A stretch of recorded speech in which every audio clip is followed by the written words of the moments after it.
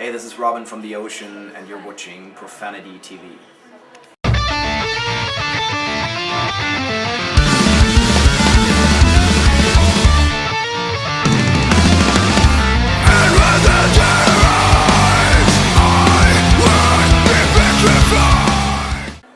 Hello Robin, welcome back to Slovenia. The last time you were here you were playing on Metal Camp, on festival. How do you remember that festival? Oh, that was fun. It was the first time I went to Metal Camp actually, and just the setting of that place is amazing, you know, with the riverside location, and I actually remember hanging out by the beach more than watching bands, but it was a really cool festival. Yeah. Okay, so you're here on tour with Cult of Luna. How's been the tour so far? It's been awesome, really good shows. We started with the Roadburn Festival, which was amazing, of course, playing the main stage there, and then went down to Switzerland, Italy basically, and yeah, especially the Swiss shows have been really cool so far. It's an amazing package. I'm very happy that we're part of it, because Cult of Luna have always been one of my favorite bands, so just getting to watch them every single night is awesome, is an experience, and it's one of those tours where, you know, I do actually find myself watching the headliners every night and not, you know, showering or being behind my computer all night, but actually like really enjoying the show. So it's been great so far, and with Low as well. I'm releasing the record on my label, Pelagic, and so I'm happy that they're opening up for this tour too. It's a really cool musical match, and I think it couldn't have been any better, really. Okay, so you're here representing entirely new album called Pelagial, and so it's again a concept album, right? And the songwriting process was long for about 2 years. How come it was so long? No, that's actually not right. I wrote the whole album in a matter of about 3 weeks. But we've been working on the album for 2 years on and off, like not the whole time. We started recording drums last January. That took about a week. Luke is really quick with you know, his studio playing basically.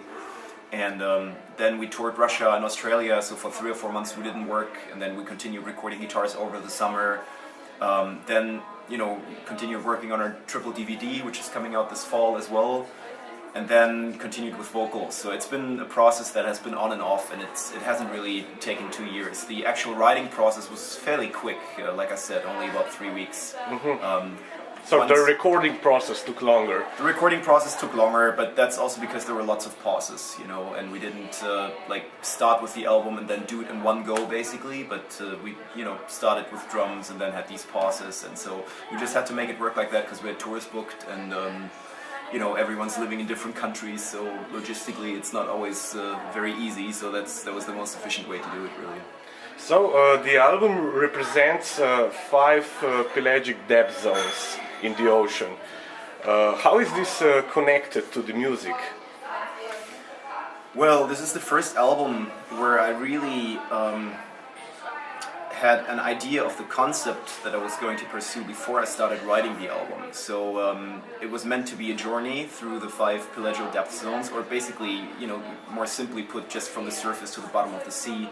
And I wanted the music to kind of audiolize that in a way, you know. I wanted the music to make it evident what we're doing. So obviously for the surface layers, you know, the music was supposed to get kind of like major dominated and more playful and more artsy, somewhat more upbeat, with lots of things happening, lots of changes, and then just getting more minimal and more dark and more cold, and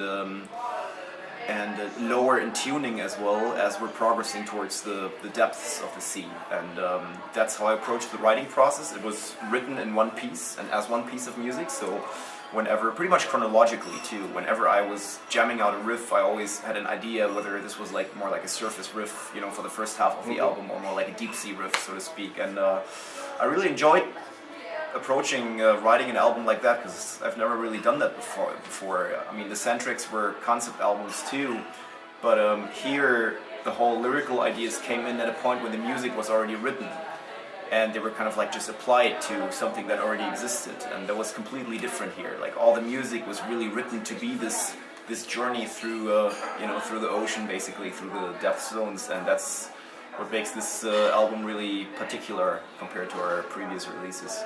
But the lyrical concept is different. It's based on a Tarkovsky movie, Stalker. How can they do actually choose one? How can they actually choose one movie for a concept like that? Well, the album was originally written to be instrumental, simply because when I had that idea to make an album that's a journey from the surface to the bottom of the sea, I was thinking about how to approach that, lyrically and with regards to vocals, and I was like, that's just gonna end up silly, I don't want to sing about whales or, like different species and different depth zones. So that's why I thought originally it could work well as an instrumental record. Then we did decide to add vocals after a lot of things happening in 2012. Loic also had trouble with his voice, so we were not really unsure whether he could continue being a part of this band. That also contributed to the decision at first to keep it instrumental, but then he recovered, and then I've been thinking about it a lot, and I really felt that something would be missing if we didn't have Loic on the album, so we all made the decision to record vocals. And so again, I was in the position of thinking about, having to think about how to approach it lyrically, and then I came to the conclusion, or to the idea, that it needs to be an analogy to that journey from the surface to the bottom of the sea, not in a literal way, but applied to something else. And what came to mind was to make it a journey that's basically starting at the surface of the human mind or the human psyche and progressing into the abysses and the dark parts of the human mind. And that's what it's doing lyrically.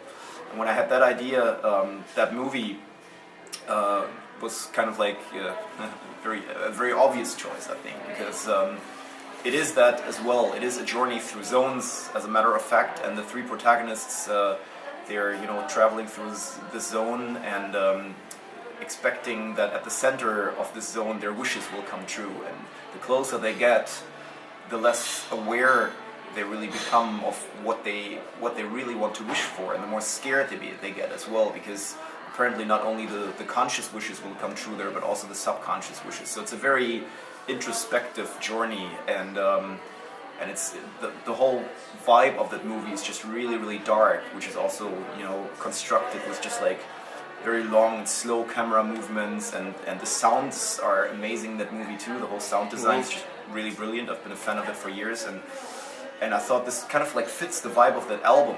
It's also getting darker and getting colder somehow, and there's this aura of claustrophobia in that movie that I also wanted this album to have, and I think it does have that in the second half of it. When you're progressing through the bathyal pelagic and the abyssal pelagic and hadopelagic zones, it's getting really dark, and you have that kind of claustrophobic atmosphere that from old submarine movies, where I've also taken samples from, and that's also kind of a similar atmosphere in that movie Stalker to some degree.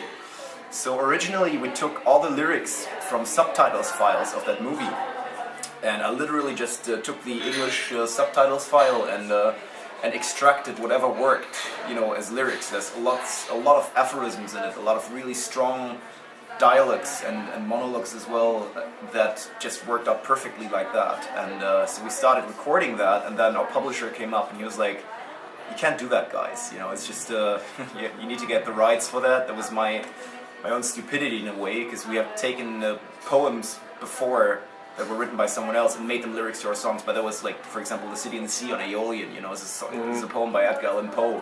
But he's dead. He's been dead for more than 75 years, so it's free basically. You're allowed to use it. With Tarkovsky, that was not possible. So I actually asked the Russian movie studio for permission. They never wrote back, and then in the end I had to paraphrase all the lyrics again and write original text. And I was cursing my life for for a few weeks, because everything was already done, and then I had to start from scratch all over again. But in the end, I'm happy it came out that way. So right now the lyrics are there's still lots of references to the movie, but it is all original text and original content, basically. But musically, it seems you went back to your more heavier roots, or is this just a step forward for the band? I'm not sure if we did. Did we? Because it sounds really heavier than the previous two albums. You think? Yeah. I don't know. I think there is a certain Precambrian vibe to this record. Again, Definitely. that's not something. Yeah, that's not something that happened consciously. I guess it was just the mood I was in when I was writing music. I do think there are some really heavy songs on Anthropocentric as well, but that album, for example, was written more like a medley of different tracks, you know, that came from different times too, and then we kind of like put them together after the individual songs had been written. And with this album, that was different, so that's why there's more coherence to it somehow, and more. There's this aura of inevitability to it somehow, you know, you feel where it's leading, like you feel it's going down, and you get an idea that the next song is not going to be like a happy song, you know, it's just going lower and lower, and that's something that has mainly come from just really writing the music as one piece, I think, where the previous two albums, you know, were more loosely arranged. It's interesting because you're mentioning that you're getting lower with the whole guitar sound and so on. That you didn't use those 7-string or 8-string guitars. Yeah, I'm not a big fan of that personally. We are ending up at a tuning that's G sharp, but I don't need a 7-string guitar to do that. I have other techniques to go that low. You know, either just using a baritone guitar, or we have drop tune pedals that also do the job for, you know, as long as you play single tone riffs, which this entire last song is basically based upon. There's no noticeable deterioration of sound, so that works as well when we're doing fly-ins and stuff, you know, so we don't need to bring like 8 guitars with us. But yeah, I'm not a big fan of having more than 6 strings really. It's just, it doesn't fit my guitar playing, and I think I can get all the sounds out of the guitar that I want with 6 strings. And so I've never really been keen on getting any of these guitars. I have way too many guitars already anyway, but they're all 6 strings, and that's, you know, gives me all abilities of expression that I long for, that I want to have really. So you mentioned before that you are working on a DVD release. What can we expect on this DVD, which will include three DVDs? Yeah, that's right. It's a massive fucking project that we've worked on for almost 3 years now. We've had our documentary filmer with us for the past 2.5 years. He's been to the US with us twice. He accompanied us in Europe. He came to Australia with us, to Russia, to China and Hong Kong. So he's been all around the world with us and filmed pretty much everything. So part of that triple DVD is going to be the result of this documentary material that he collected, which is a ridiculous amount of data. He has like 20 hard drives with, you know, 30 terabyte of data, and it's just a massive amount of work to see through that. But there's some really priceless material, and also for someone who's not even that familiar with the band, I think especially the parts about China and touring there are going to be very interesting, you know, because it's disengaged from just being about this band. It's more about the experience of the Chinese music scene, where it is in 2011 when we were there, and how it is for a European rock band to tour there. So I find those parts really interesting. But of course there's also the whole band history on it from 2001 until today. It's a 2-hour movie that tells the story of this band. We interviewed all past band members that were in the band, and lots of the bands we toured with and everything, and it's an attempt to really tell the story of this band, which is very intricate, as I realized while working on it with our filmer. Sometimes he told me things that I didn't even remember, so that was really interesting. And then there's 2 entire live shows on it, of course, Summer Breeze Festival from 2011, and the Heliocentric record release show from March 2010. And then there's a bunch of clips from all over the globe, basically from Hong Kong, from the US, from Europe, obviously.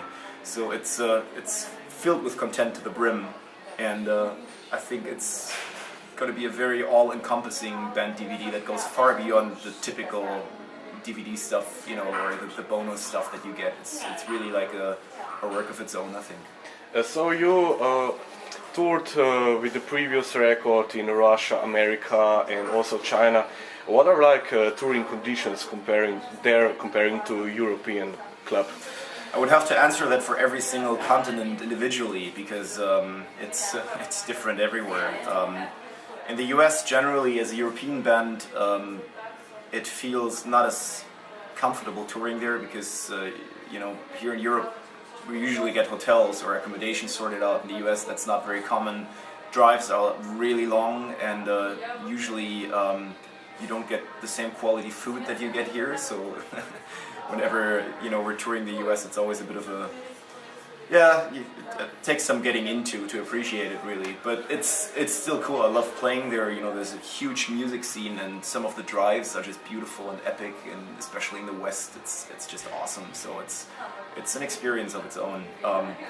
Russia was a really rough experience, but still mind-blowing regardless. We basically went all the way from Moscow to Krasnoyarsk, which is close to the Mongolian border in Siberia, and traveled by car, by van, by plane, and by train basically. And we've been to places that you would never get to see otherwise, like really untouristy places that is like the real Russia, and that was really thrilling for me. But we did it in February, and that was maybe not the best idea because it was fucking freezing cold, and all of us got sick at one point to the degree that it was like fucking cold air leaking into the van the whole time. So we all got really sick, and it was rough, but still a priceless experience, and that's why we're going back there. This year the other way around, we're coming from China, flying to Irkutsk in the Baikal Lake, and then taking the transit back to Moscow basically. That's going to happen this September, so we're still keen to get back.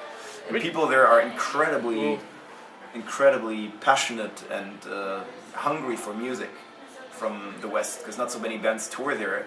And that is just awesome, because you don't have the spoiled kind of like audience, where people are just like standing in the back watching, where you get the impression that they're only there because they have to be there, or because they want to hang out with their friends, but because they're really fucking interested in what you do. And that's awesome. That's so much more valuable, than playing a huge show to an audience that doesn't really care. So, which country is, at least for you, the most exotic that you've toured? That was China. And that was the third one I was going to mention. That was probably the most fun I've ever had in my whole life on this tour. It was very well organized. We traveled only by train and plane because distances are so large. The clubs were good. The equipment situation was good. There's a very young music scene that is growing and hungry as well. It felt a bit like touring Europe in the 80s, as a hardcore band, when everything was just about starting up there. So we've played some cities. We've played in Shenzhen, for example, which is like a city with 14 million inhabitants, and they have one venue. And that was booked the night we played, so we had to play in a coffee house, and that just gives you an idea of how somehow underdeveloped, but at the same time hungry the music scene is there. Like we played in this coffee house, and in Berlin we have like 350 venues for 3 million people, and they have one for 14 million people, so it was just mental. But it was a really cool experience altogether, and food was absolutely stellar. I thought I had an idea of what Chinese food was before I started this tour, and I did not. It was just a completely different world, and every night we went out twice actually for an epic 3-hour feast. And our tour manager would just order, we were sitting around a round-shaped table, and there was like this turning plate in the middle, and they would just bring plate after plate of food, and everyone shares, so you don't order your dish, you share with everyone around the table. In the end, you pay like €20 for 8 people or something like that, so beers included. It was awesome. We all really loved it, and although we didn't really make any money with that tour, we were all like, we have to get back here as soon as possible, because it's just an awesome country to be, and a very, very exciting place. Okay, so after this tour, you're taking a break, and in the summer you're going on a summer slaughter. Can you reveal also any other touring plans for the band? Well, we're after this tour, we're playing a couple of shows with Mastodon in Germany and Luxembourg mainly. Then we're taking some time off that I'm going to use to play some shows with my other band, The Old Wind. And then we're doing Summer Slaughter in July, August in the US. Amazing package with Dillinger headlining, and then Animals as leaders, Periphery, Norma Jean and us, and a bunch of other bands, so that's going to be really cool. And that tour carries on until end of August, and then we're possibly doing 2 shows in Mexico, then flying to Taiwan, doing Taiwan, Hong Kong, and China again for 3 weeks.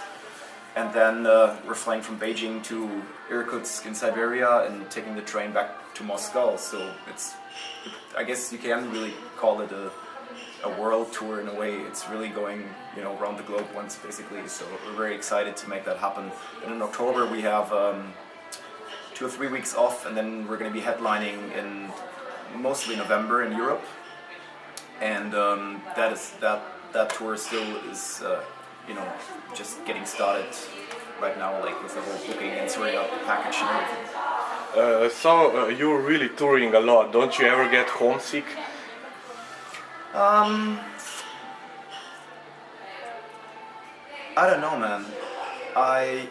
The opposite kind of happens to me. When I'm home for too long, then I get tour sick, I really feel like I need to leave, I need to do something, and I'm not sure if this is going to be the case forever, but right now I guess everyone in this band wants to take the chance to travel and to tour. We love this kind of lifestyle and what it involves. We love playing shows, we love going to countries we've never been to, and none of us is in a position where they have family to commit to, or where they really want to be home for more time. I guess it's essentially a bit of a matter of character too. We're just made for this. We love it. We love waking up in a new place every day. I don't need to have a big house with belongings around me. I'm happy, with this kind of like life. But you do get sick of it at one point, especially when tours are too long, and especially when tours are not going good. When you play like we did this last-minute US DIY tour because we had to get back from the West Coast to the East Coast last year because our flights were booked out of Boston, and we booked a tour with like 2 weeks' notice via Facebook just to drive back the 5,000 kilometers, play some shows on the way. And then some of those shows were rough. I mean, some were really good, surprisingly, given the short notice, but some were rough. And then you sometimes get to the point where you're asking yourself, like, what am I doing here? But generally we love it, and it feels good to get home. It's not that I don't have a home. I love Berlin, I love my place, and it's always great to get home after being on the road for 2 or 3 months, and meet friends and just be in a place that you know and that you feel familiar with. But then that lasts only usually like a couple of weeks for me, then I want to get out again. So it's kind of has to be in an equilibrium somehow, just like not being home for too long, but not being on tour for too long, just keeping the right balance. And that's what we're trying to do, although it looks like too fucking much touring again for this year. But we'll see where it takes us. Then you're probably also writing music on the tour. No, I'm not. Not at all. Not at all? Not at all. I cannot write when I'm touring. No.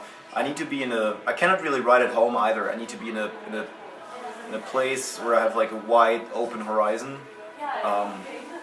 To fulfill all cliches, usually that is a place close to the ocean.